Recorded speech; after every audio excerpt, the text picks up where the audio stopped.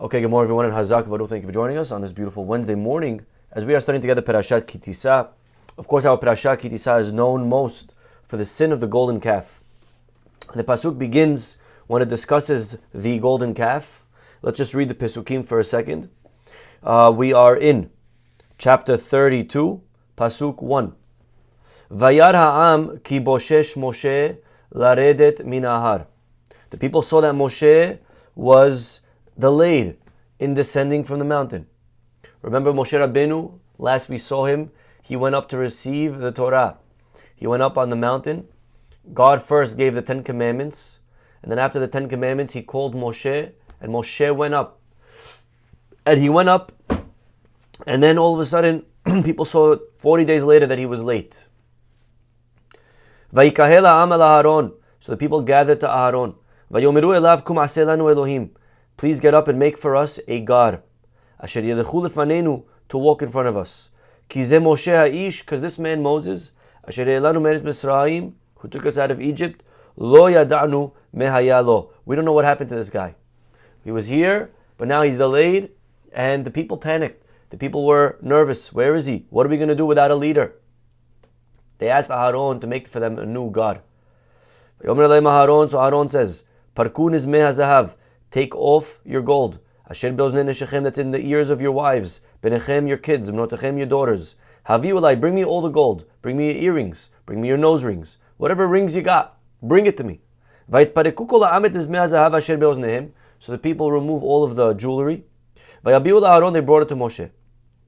Now it's interesting. It doesn't say that they removed the jewelry that was in the ears of their wives. According to our rabbis, the wives did not give it. The wives disobeyed their husbands. They didn't want to give the jewelry. They said, what are you, crazy? You're going to make an egel? You're going to make a golden idol? A statue? What we have, don't worry. God will figure out other ways to help us. Moshe is dead. Okay, whatever it is. Where's your faith? It was actually the wives that stayed calm, okay, in this scenario. And the women were rewarded because of this. They were given the holiday of Rosh Chodesh. Every Rosh Chodesh belongs to the women. And that's why some women have the custom not to work hard on Rosh Chodesh. Some women have the custom not to work hard all year round. But either way, this is what the pasuk says. They gave the jewelry that was in the ears of their wives. Vayikach miyadam, Aharon took it.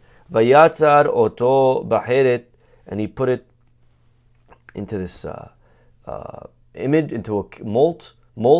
Vayasehu egel masecha, and he somehow emerged out a golden calf. And they said, Ele Elohecha Yisrael asher edecha miMitzrayim. And the Jewish people then said, this is your God that took you out of Egypt. Vayara Aharon, and when Aharon saw this, Aharon saw the egel, and what would be his response? What do you think Aharon would do after seeing the Jews worshipping this egel? Vayiven mizbeach lefanav. He builds a mizbeach. He builds an altar. Vayikra Aharon vayomer hag laHashem mahar. And Aharon says, we're going to celebrate tomorrow. Vayashkimu ma'orat. They wake up the next day. Vayalu olot vayagishu shelamim. They bring sacrifices. Vayeshev ha'am. The people sit down. Le'echol v'shatot, to eat and to drink. Vayakum letzachek, and they get up to play. Vaydaber Hashem Moshe, and then God comes and says to Moshe, Lechred, quickly go down. Ki shichet amecha asher leita me'eretz Mitzrayim. Go descend, for the people that you brought up from Egypt have become corrupt. And this is basically the psukim. These are the psukim that we have to deal with. Okay? Now, all the commentaries come to try to decipher, to understand how in the world did this happen. You know? Like, that happened fast. Moshe is late. Let's go worship a golden calf. Like, from where to where? How'd you get there? What happened? What happened to Aharon? The leader. The guy, Aharon, it looks like he also had a meltdown. So, to understand all of this is very difficult. A lot of things, a lot of questions in the story. Moshe is late, so let's make a new God. How does that flow? If Moshe is late, so make a new Moshe. What are you making a new God for? So, there's many interpretations. So I want to read to you just today the Midrash. The Midrash, very simple. And I'm sure maybe you've heard bits and pieces of this Midrash. But it's right here in Midrash Rabbah in chapter 41 Mem Aleph of Midrash Rabbah. Mahu ki boshesh, says the Midrash. Well, let's go back to the first pasuk. The people saw that boshesh Moshe. Moshe was delayed. What does it mean Moshe was delayed? Says the Midrash, the words boshesh actually are from the words ba'u shesh. 6 has arrived. What's it mean 6 has arrived?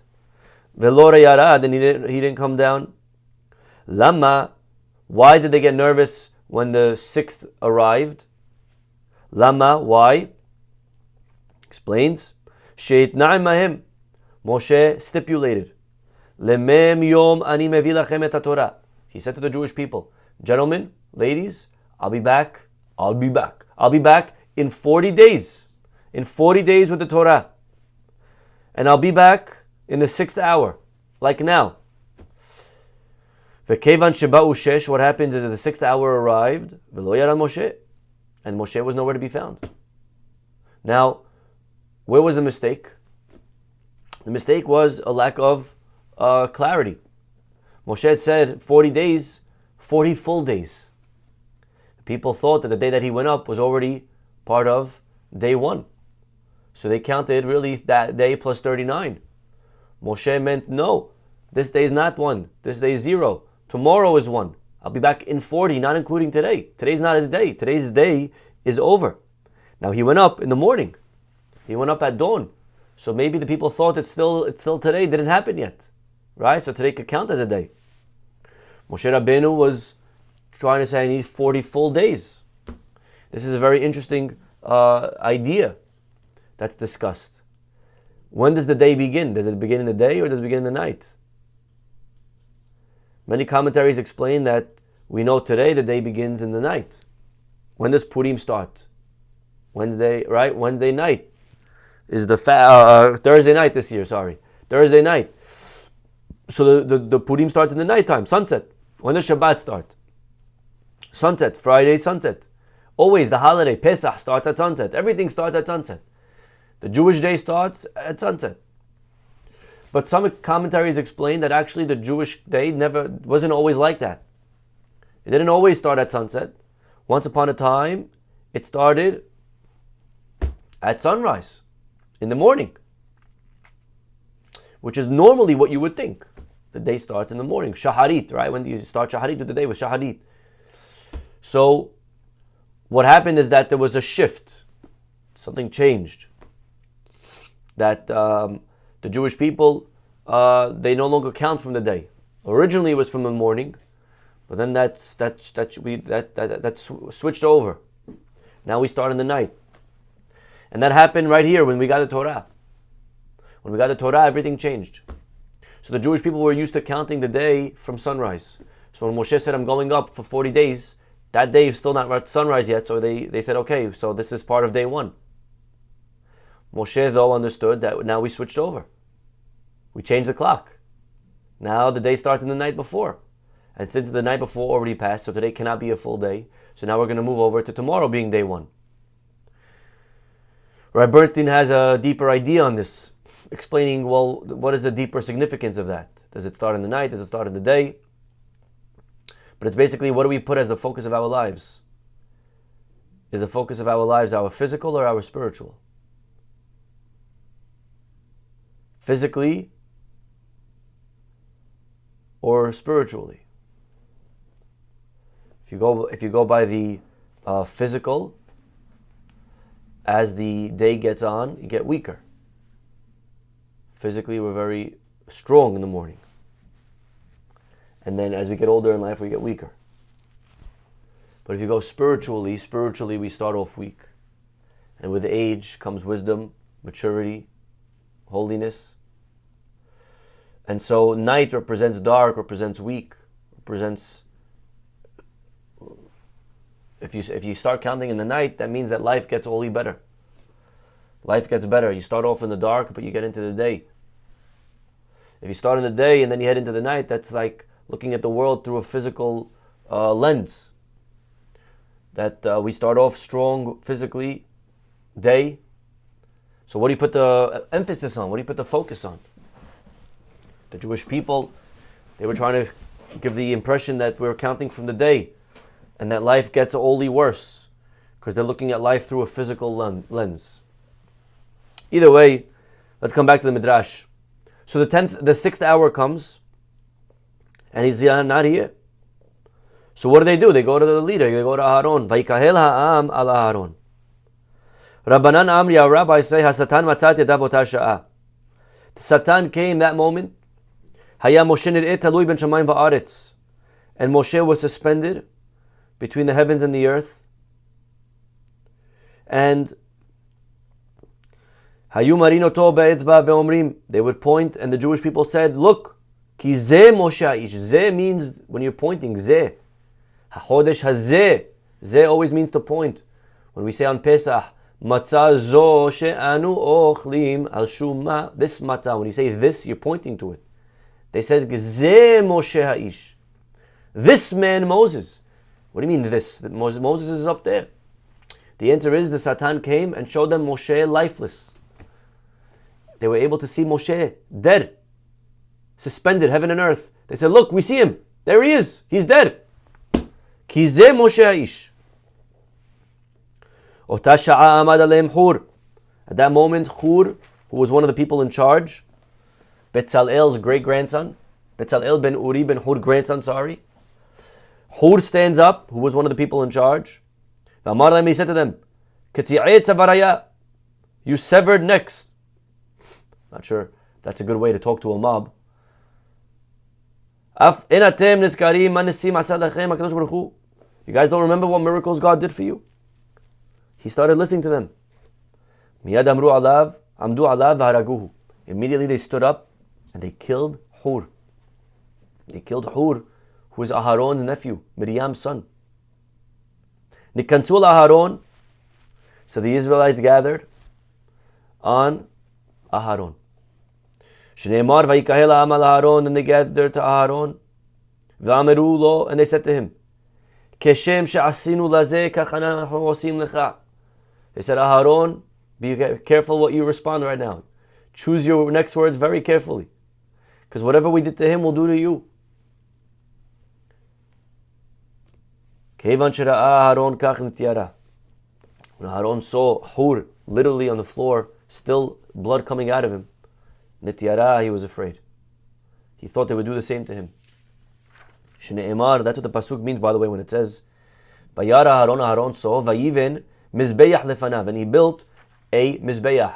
We asked before, who in the world, even me and you, we wouldn't do that, let alone Aharon, that the guy built a mizbeach when he saw the egel. That's not a reason to build an altar, that's a reason to cry. Answers the Gemara, answers the Midrash over here, no, you have to read it with different vowels. Not vayiven mizbeach lefanav, but min hazabuach lefanav. He saw the slaughtered that was in front of him. He saw Hur dead in front of him. Vayiben, he understood from the dead guy in front of him that he has no choice. Wow. According to this, Aharon kind of was coerced. Aharon sees over here in Egel, he sees a dead guy, his life is on the line. Now this opens, by the way, to a very interesting question. Halachically speaking, if someone comes to you with a gun and says to eat not kosher, are you allowed to eat? Someone, if your life's on the line, are you allowed to break a halacha for your life? What do you guys say?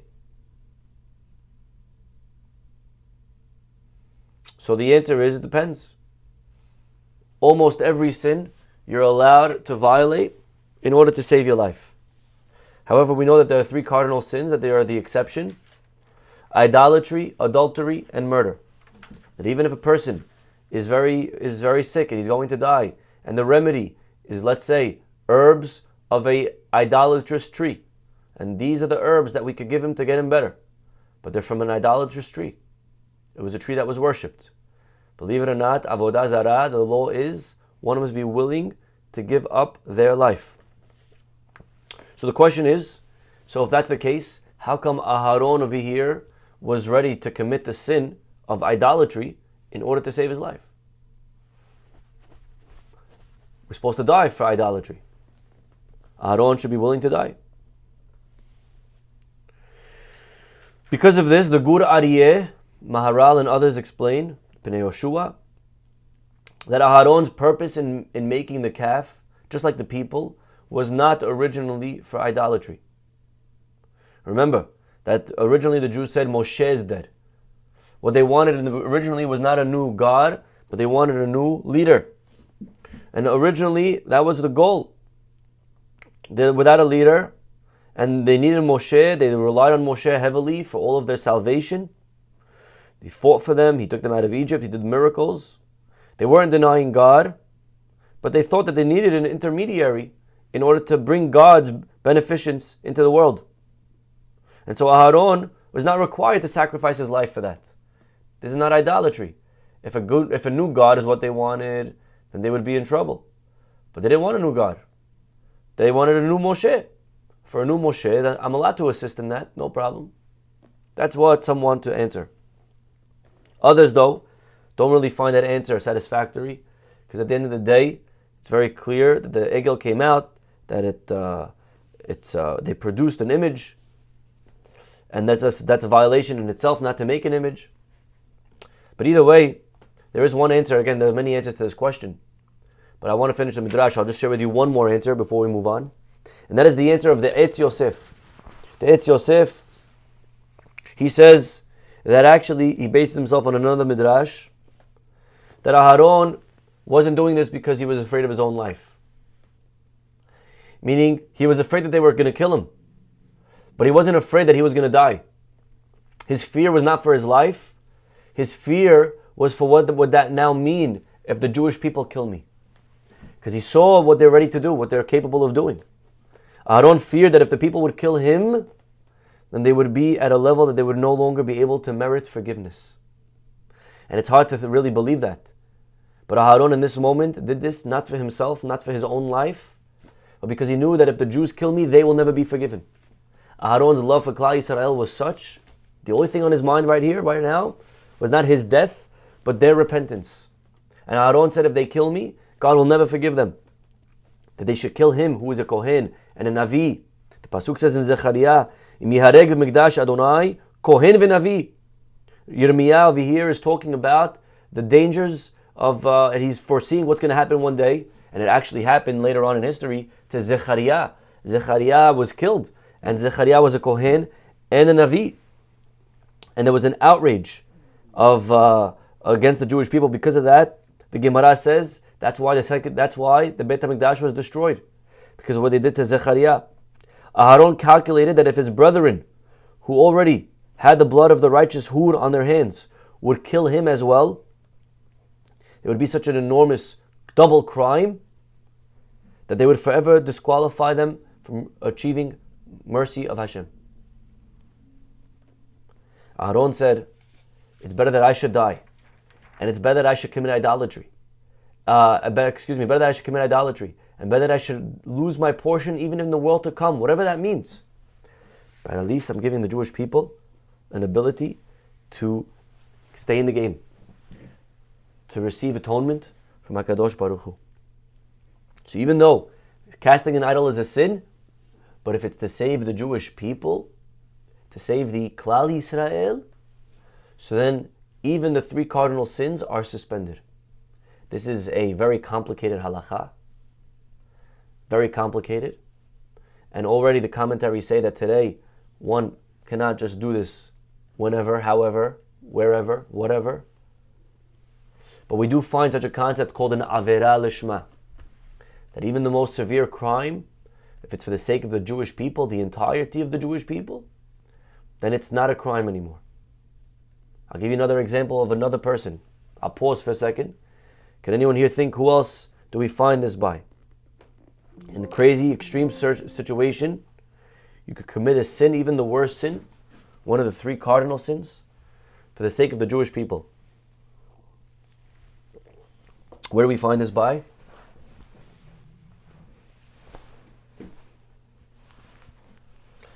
Eliyahu, you meant to write Hanavi, you wrote Eliyahu Halabi, okay?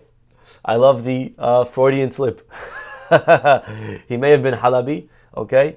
They have the shul in, they say Eliyahu prayed over there, in Halab. Okay, Eliyahu Halabi. I love it. So Eliyahu Halabi, Hanavi, was not a good example of that, because he did not violate one of the three cardinal sins. He violated building an altar outside of the temple. That's allowed. That's allowed. Lot's daughters, that's incest. Okay, that's a good question. That's also before the Torah was given. Okay, interesting proof. That's an interesting proof. But the answer I was looking for was Yael. Yael was a lady, a girl, who was married, and she is praised tremendously for actually doing a sin. Just to give you a little bit of the history over here, the enemy at the time of the Jewish people was Sisera. The Jews are in battle, and Sisera ran away from the battlefield, and he took refuge in Yael's tent.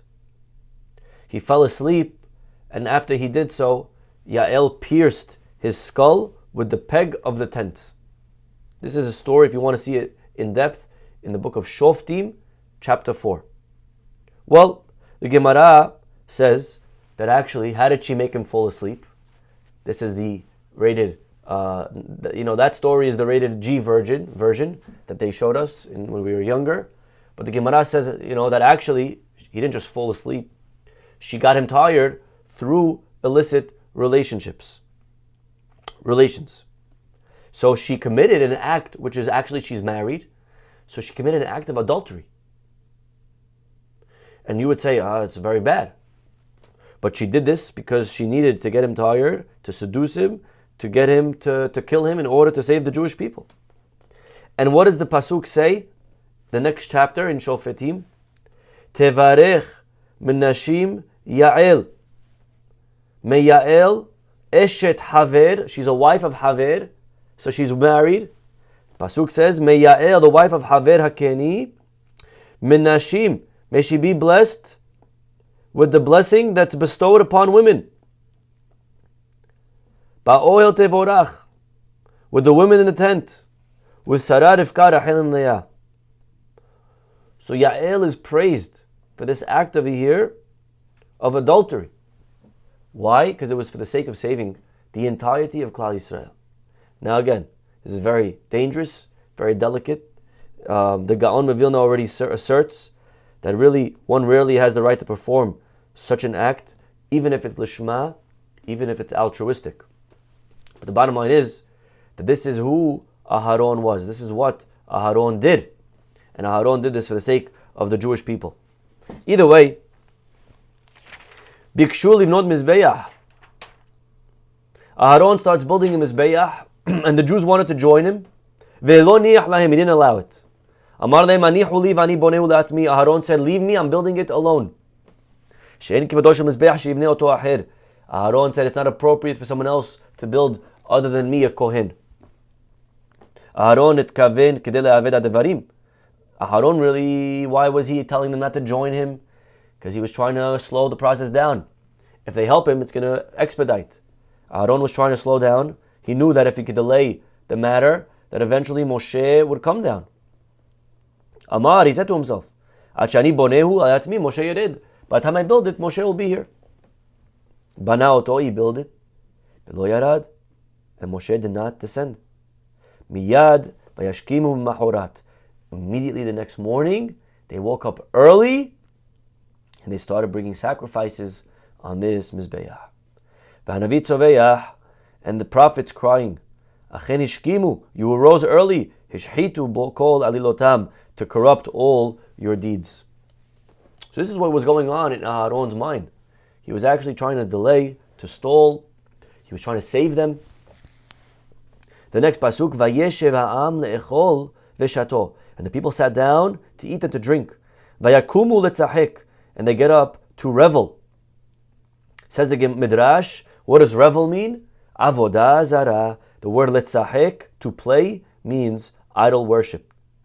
Kol makom, and look what it says over here in the Midrash.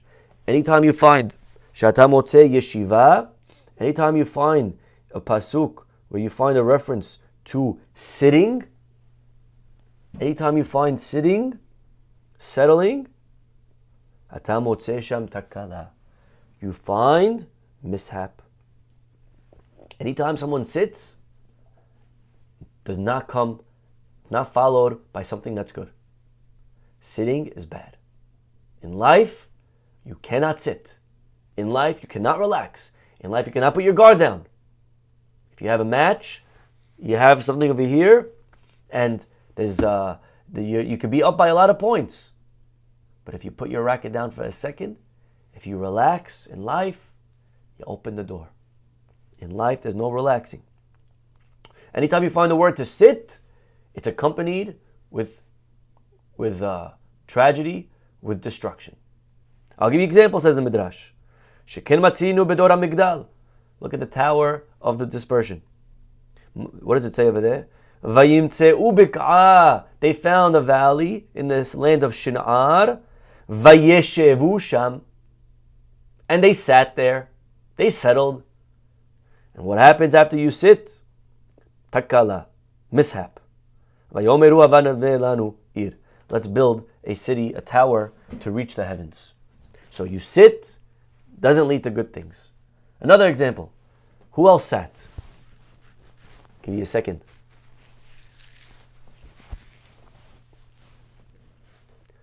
Well, the Midrash actually doesn't bring this next one, but I'm reminded of Parashat Vayeshev. Vayeshev Yaakov be'eretz megurei aviv be'eretz Kena'an. Yaakov settles. Yaakov sits. And what happens to him? The saga of Yosef. Can't sit. Can't relax. That's not this world. This world is the world of asiyah, of doing, of fighting, of getting up. If you're looking to relax, to vacation, to have an easy life, that's not this world. This world is not about easy. It's about meaningful. But meaningful is not easy. Meaningful is hard work. Life is a test. Ramchal says, mistake that people make in life of why they don't become great is because they make a mistake. They think that this world is the world to try to work easy. They say work easy, not hard. Right? Work smart, not hard. Wrong. Jewish, you got to work smart and hard. Life's hard. Life's not going to be easy. It's not going to be a walk in the park. It's not going to be, not the goal of life should not be to have rest. We're here to fight. We're here to work. We got to move. Vayeshev. Yaakov just wanted some peace and quiet. God said, peace and quiet? I don't pay you for peace and quiet. This world's not for peace and quiet. This world is to fight, to work hard. Okay, another example the Midrash brings. Yosef's brothers. Happy Purim. Vayeshevu le'echol lechem. They sit down to eat bread. Who is this written by? They're sitting, this is talking about Yosef's brothers. They're sitting to eat bread. And what do they do in the next pasuk? They throw Yosef and they sell him. Vayeshev Yisrael b'shitim. The Jewish people sit down in shitim. Matakala. Vayahei la'am liznot. They start doing idolatry, immorality with the women of Moab. So all of the time that you find yeshiva, it leads to no good. So God says to Moshe, Lech red, Moshe, it's time for you to go down.